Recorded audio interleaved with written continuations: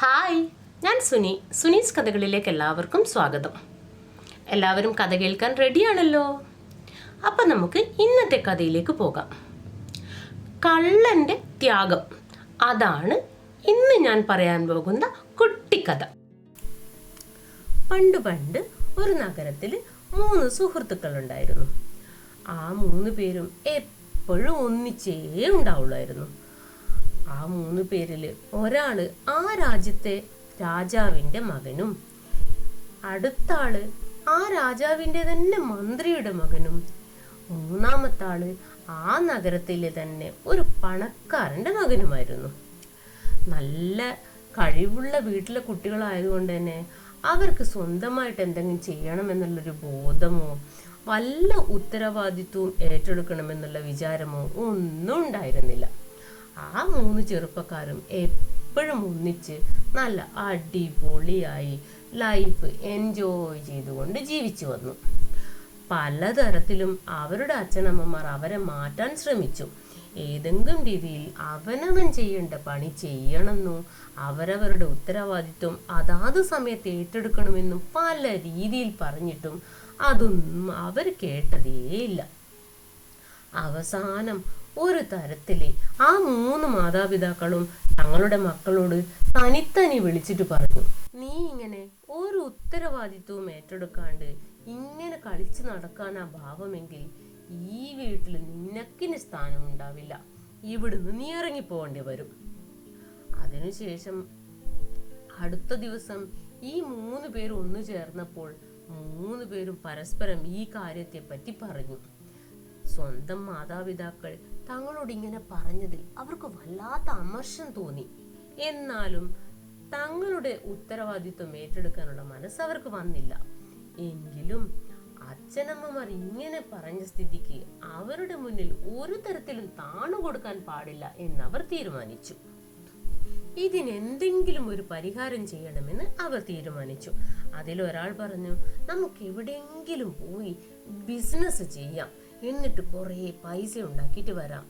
ഉടനെ മറ്റു 2 പേരും ചോദിച്ചു, ബിസിനസ് ചെയ്യണമെങ്കിൽ പൈസ വേണ്ടേ? നമ്മളുടെ കയ്യിൽ പൈസ ഉണ്ടോ? അതു ശരിയാണല്ലോ, അപ്പൊ അത് ചെയ്യാൻ പറ്റില്ല, പിന്നെ എന്ത് ചെയ്യും? അപ്പോൾ രണ്ടാമത്തെ ആള് പറഞ്ഞു, ഞാനൊരു കാര്യം കേട്ടിട്ടുണ്ട്. ദൂരെ ഒരു സ്ഥലത്തൊരു മലയുണ്ട്. ആ മലമുകളില് അമൂല്യമായ രത്നങ്ങളുണ്ട്. നമുക്ക് എങ്ങനെയെങ്കിലും അവിടെ എത്തിപ്പെടാൻ പറ്റിയാൽ, അവിടുന്ന് ആ അമൂല്യ രത്നങ്ങൾ കൈക്കലാക്കാൻ പറ്റിയാൽ അത് വിറ്റിട്ട് നമുക്ക് ഒരുപാട് പൈസ ഉണ്ടാക്കാം. പിന്നെ നമുക്ക് ആരുടെ മുന്നിലും തല കുനിക്കാണ്ട് ജീവിക്കാം. അത് കേൾക്കേണ്ട താമസം മൂന്നാമത്തവൻ പറഞ്ഞു, എന്നാ പിന്നെ എന്തിനാ ഇത്ര സമയം വൈകുന്നത്? നമുക്ക് ഉടനെ പോകാം. നമുക്ക് ഉടനെ പോയി ആ മൗണ്ടൻ കണ്ടുപിടിച്ച് അവിടുന്ന് രത്നങ്ങൾ കൈക്കലാക്കി തിരിച്ചു വന്ന് അത് വിറ്റ് നമുക്ക് കുറെ പൈസ ഉണ്ടാക്കാം. നമ്മളെ അപമാനിച്ച അച്ഛനമ്മമാരുടെ മുൻപിൽ നമുക്ക് തലയുയർത്തി നിൽക്കാം എന്നും പറഞ്ഞ് അവർ 3 പേരും പുറപ്പെട്ടു. പക്ഷേ ആ യാത്ര അവർ വിചാരിച്ചത്ര എളുപ്പമായിരുന്നില്ല. വളരെ കഷ്ടപ്പെട്ട് ഒരു നദി കടന്ന്, ഒരു വലിയ കാട് കടന്ന്, അതിൻ്റെ ശേഷം ആ വലിയ പർവ്വതത്തിൻ്റെ മേലെ കയറുന്നത് അവർക്ക് വളരെ ബുദ്ധിമുട്ടുള്ളൊരു കാര്യമായിരുന്നു. എന്നിരുന്നാലും അതെല്ലാം സഹിച്ച് അവർ ആ പർവ്വതത്തിൻ്റെ മേലെ എത്തിച്ചേർന്നു. അവരൊരുപാട് സ്ഥലമെല്ലാം നോക്കി. ഭാഗ്യം അവരുടെ കൂടെ ഉണ്ടായിരുന്നു. അവർ 3 പേർക്കും അമൂല്യമായ രത്നങ്ങൾ അവിടെ നിന്ന് കിട്ടി. അങ്ങനെ 3 പേരും മലമുകളിൽ നിന്നും അവരവർക്ക് കിട്ടിയ രത്നവും എടുത്ത് തിരിച്ച് വീട്ടിലേക്ക് പുറപ്പെട്ടു. മലയിറങ്ങി കാടിനടുത്തെത്തിയപ്പോ നമ്മുടെ ധനികന്റെ മകൻ പറഞ്ഞു, നമ്മൾ ഈ രത്നവും എടുത്ത് ഈ കൊടുങ്കാട്ടിലൂടെ തിരിച്ചു പോകുമ്പോൾ വല്ല കള്ളന്മാരും നമ്മളെ പിടിച്ചാൽ നമ്മുടെ രത്നങ്ങൾ അതോടെ അവർ തട്ടിപ്പറിക്കും. അവർ നമ്മളെ കൊല്ലുകയും ചെയ്യും. അപ്പൊ എന്ത് ചെയ്യും? 3 പേരും ഇരുന്ന് ആലോചിച്ചു. ഉടനെ മന്ത്രികുമാരൻ പറഞ്ഞു, നമ്മുടെ കയ്യിലുള്ള രത്നം നല്ല രീതിയിൽ സൂക്ഷിച്ചില്ലെങ്കിൽ നമുക്ക് എന്തായാലും ഇത് നഷ്ടപ്പെടും. പക്ഷെ എങ്ങനെ സൂക്ഷിക്കും? ഒരു കാര്യം ചെയ്താലോ, നമുക്കിത് വിഴുങ്ങാം. അപ്പൊ പിന്നെ ആരും കണ്ടുപിടിക്കൂലോ. നമുക്ക് നമ്മുടെ വീട്ടിലെത്തിയതിനു ശേഷം ബാക്കി കാര്യങ്ങൾ ചെയ്യാം. അതിന് 3 പേരും സമ്മതിച്ചു. ഉടനെ അവർ 3 പേരും അവർക്ക് കിട്ടിയ ആ അമൂല്യ രത്നങ്ങൾ അവരവർ വിഴുങ്ങി. പക്ഷേ അവരുടെ ഈ സംഭാഷണങ്ങളെല്ലാം കേട്ടുകൊണ്ട് കുറച്ചു ദൂരെ മറ്റൊരാളുണ്ടായിരുന്നു, ഒരു കള്ളൻ.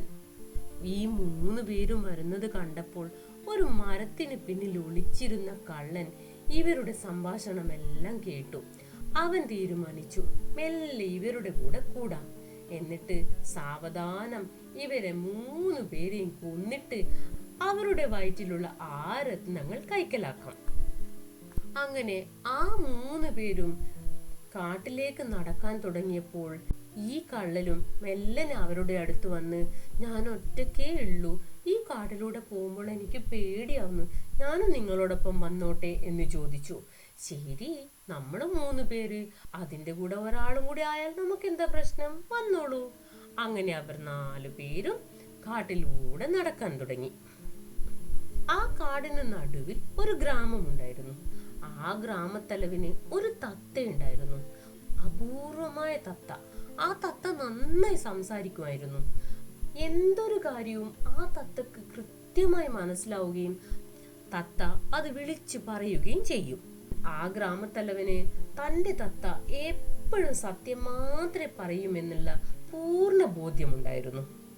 ഈ 4 പേരും നടന്ന് നടന്ന് ആ ഗ്രാമത്തിലെത്തിയപ്പോൾ ഈ തത്ത വിളിച്ചു പറയാൻ തുടങ്ങി, ആ യാത്രക്കാരുടെ അടുത്ത് രത്നമുണ്ട്, ആ യാത്രക്കാരുടെ അടുത്ത് രത്നമുണ്ട്. തത്ത ഇങ്ങനെ വിളിച്ചു പറയാൻ തുടങ്ങി. ഗ്രാമത്തലവൻ ഉടനെ ആളെ അയച്ച് പരതി ഇവരെ കണ്ടുപിടിച്ച് അവരെ 4 പേരെയും പിടിച്ച് അയാളുടെ വീട്ടിലേക്ക് കൊണ്ടുവന്നു. എന്നിട്ട് അവരെ മുഴുവനായിട്ടും പരിശോധിച്ചു. പക്ഷേ അവരുടെ അടുത്ത് രത്നമൊന്നും കണ്ടില്ല. തന്റെ തത്തക്കും തെറ്റുപറ്റാം എന്നും കരുതി അവരെ വിട്ടയച്ചു. പക്ഷെ അവർ കുറച്ചു ദൂരം മുന്നോട്ട് പോയപ്പോൾ വീണ്ടും അതാ തത്ത അവരുടെ അടുത്ത് രത്നമുണ്ട്, അവരുടെ അടുത്ത് രത്നമുണ്ട് എന്ന് പറഞ്ഞുകൊണ്ടേയിരുന്നു. അപ്പോൾ ഗ്രാമത്തലവനൊരു സംശയം, തത്ത ഒരിക്കലും കളവ് പറയാറില്ലല്ലോ, ഇതുവരെ പറഞ്ഞിട്ടുമില്ല, അപ്പൊ ഇതിൽ എന്തോ ഒരു കാര്യമുണ്ട്. അയാൾ അവരെ വീണ്ടും പിടിച്ചു കൊണ്ടുവരാൻ പറഞ്ഞു. വീണ്ടും അവരെ നന്നായി പരിശോധിച്ചു. പക്ഷെ രത്നമൊന്നും കിട്ടിയില്ല. പക്ഷെ തന്റെ തത്ത ഒരിക്കലും കളവ് പറയില്ല എന്ന് തോന്നിയ അയാൾ അവരോട് ചോദിച്ചു, നിങ്ങളുടെ അടുത്ത് രത്നമുണ്ട് എന്ന് എനിക്ക് ഉറപ്പാണ്, നിങ്ങൾ അത് വിഴുങ്ങിയോ, നിങ്ങളുടെ വയറിലാണോ അതുള്ളത്? ഈ 4 പേരും ഒന്നും അനങ്ങിയില്ല. അപ്പോൾ അയാൾക്ക് മനസ്സിലായി ഇവരുടെ വയറ്റിൽ രത്നമുണ്ട് എന്ന്. ഉടനെ അയാൾ പറഞ്ഞു, നാളെ നിങ്ങളുടെ എല്ലാം വയറ് കീറി ആ രത്നം ഞാൻ എടുക്കും എന്നും പറഞ്ഞ് അയാൾ കാവൽക്കാരോട് ഇവരെ പിടിച്ചു കെട്ടാൻ പറഞ്ഞു. അങ്ങനെ ആ 4 പേരെയും അവിടെ പിടിച്ചു കെട്ടി. ആ 4 പേർക്കും അന്ന് ഉറങ്ങാനേ പറ്റിയില്ല. അതിൽ 3 പേർ ഇങ്ങനെ ചിന്തിച്ചു, അച്ഛനമ്മമാർ പറഞ്ഞതനുസരിക്കാതെ നമ്മൾ ഓരോന്നിനും എടുത്തു പുറപ്പെട്ടിട്ട് അവസാനം നമ്മൾ ജീവനോടെ വീട്ടിലെത്തുമോന്ന് ആർക്കറിയാം. പക്ഷേ അതേസമയം അവരുടെ കൂടെയുള്ള ആ 4-മനായ കള്ളൻ ചിന്തിച്ചത്, എന്റെ വയറ്റിൽ രത്നങ്ങളൊന്നുമില്ല, അപ്പോ എന്റെ വയറ് കീറിയാലും അവർക്കൊന്നും കിട്ടില്ല. പക്ഷേ ഈ 3 പേരിൽ ആരെങ്കിലും ഒരാളുടെ വയർ അവർക്ക് കീറിയാൽ അവർക്ക് എന്തായാലും രത്നം കിട്ടും. അതോടെ ഇവർ 4 പേരുടെ വയറും കുത്തിക്കീറും, അതിലൊരു സംശയവുമില്ല. അപ്പോ എങ്ങനെ നോക്കിയാലും എന്റെ മരണം ഉറപ്പാണ്. അപ്പൊ എന്ത് ചെയ്യാം? ആദ്യം എന്റെ വയറ് കീറിയാൽ അവർക്ക് രത്നം കിട്ടില്ല, അപ്പോ അവർ വേറെ ആരുടെ വയറും കീറില്ല, ബാക്കി 3 പേരെങ്കിലും രക്ഷപ്പെടും. എന്തായാലും ഒന്നുകിൽ 4 പേരും മരിക്കും, അല്ലെങ്കിൽ ഞാൻ മാത്രം മരിച്ചാൽ ആ 3 പേരും രക്ഷപ്പെടും. അയാൾ രാത്രി മുഴുവൻ അത് തന്നെ ചിന്തിച്ചുകൊണ്ടിരുന്നു. രാവിലെ ആയപ്പോൾ ആ ഗ്രാമത്തലവൻ ആൾക്കാരെയൊക്കെ കൂട്ടി വന്ന് അവരുടെ വയറു കീറാൻ ഉത്തരവിട്ടു. ഉടനെ ഈ കള്ളൻ പറഞ്ഞു, പ്രഭോ, എന്റെ സഹോദരങ്ങൾ മരിക്കുന്നത് കാണാനുള്ള കെൽപ്പ് എനിക്കില്ല, അതുകൊണ്ട് എന്റെ വയറ് ആദ്യം കീറണം. ഗ്രാമത്തലവൻ ഉടനെ ആലോചിച്ചു, എന്തായാലും 4 പേരുടെ വയറും കീറാൻ പോകുന്നു, പിന്നെ ആരുടേതായാലും നമുക്കെന്താ, അവന്റെ ഇഷ്ടം പോലെ നടക്കട്ടെ എന്ന് വിചാരിച്ച് അവന്റെ വയറ് കീറി. പക്ഷേ തുറന്നു നോക്കുമ്പോ രത്നവുമില്ല, ഒന്നുമില്ല. ഗ്രാമത്തലവൻ ആകെ വിഷമമായി. തത്ത പറഞ്ഞത് കേട്ടിട്ട് പൂർണ്ണമായും സത്യമാണെന്ന് വിചാരിച്ച് ഒരു പാവം മനുഷ്യനെ താൻ കൊന്നല്ലോ എന്നോർത്തപ്പോൾ അയാൾക്ക് ആകെ വിഷമമായി. ഒരു കാര്യവുമില്ലാതെ ഒരാളെ ഞാൻ കൊന്നല്ലോ എന്നോർത്തപ്പോൾ അയാൾക്ക് ആകെ വിഷമം തോന്നി. തന്റെ തത്തയ്ക്കും തെറ്റുപറ്റാം എന്ന് അയാൾ വിശ്വസിച്ചു. അതോടെ ബാക്കി 3 പേരെയും അയാൾ വിട്ടയച്ചു. അങ്ങനെ ആ 3 പേരും സന്തോഷത്തോടെ സ്വന്തം നാട്ടിലെത്തി അവരുടെ രത്നം പുറത്തെടുത്ത് അത് വിറ്റ് ഒരുപാട് പൈസ കിട്ടി. അതിനുശേഷം ജീവിതകാലം മുഴുവൻ അവർ സന്തോഷത്തോടെ ജീവിച്ചു. സ്വന്തം ജീവൻ ത്യജിച്ച് തങ്ങളുടെ ജീവൻ രക്ഷിച്ച ആ കള്ളനെ അവർ ഒരിക്കലും മറന്നില്ല. നമ്മൾ ഇന്ന് ജീവിക്കുന്ന ജീവിതം ആ കള്ളന്റെ ത്യാഗമാണെന്ന് അവർ എന്നും ഓർത്തു. ബാക്കിയുള്ള കാലം അവർ സന്തോഷത്തോടെ ജീവിച്ചു. ഇതാണ് ഇന്നത്തെ കഥ. ഒരു കള്ളനായിരുന്നിട്ടു പോലും ഇത്തരമൊരു സാഹചര്യത്തിൽ മറ്റുള്ളവരുടെ 3 പേരുടെ ജീവൻ രക്ഷിക്കാൻ അയാൾ ചെയ്ത കാര്യം എത്ര നല്ലതാണ് അല്ലേ? ഇന്നത്തെ കാലത്ത് നമുക്ക് കിട്ടിയില്ലെങ്കിൽ മറ്റാർക്കും കിട്ടരുത് എന്ന് വിചാരിക്കുന്ന ഒരുപാട് സന്ദർഭങ്ങളുണ്ട്. പക്ഷേ നമുക്ക് കിട്ടിയില്ലെങ്കിലും നമ്മളെ കൊണ്ട് മറ്റുള്ളവർക്ക് ആർക്കെങ്കിലും ഒരു ഉപകാരം ചെയ്യാൻ പറ്റുവാണെങ്കിൽ അത് നമ്മൾ എപ്പോഴും ചെയ്യണം. ഇതാണ് ഇന്നത്തെ കഥ. എല്ലാവർക്കും കഥ ഇഷ്ടമായല്ലോ. എല്ലാവർക്കും കഥ ഇഷ്ടമാവുകയാണെങ്കിൽ എല്ലാവരും എൻ്റെ ഈ ചാനൽ സബ്സ്ക്രൈബ് ചെയ്യണം, ലൈക്ക് ചെയ്യണം. മറ്റൊരു കഥയുമായി വീണ്ടും കാണാം. ബൈ.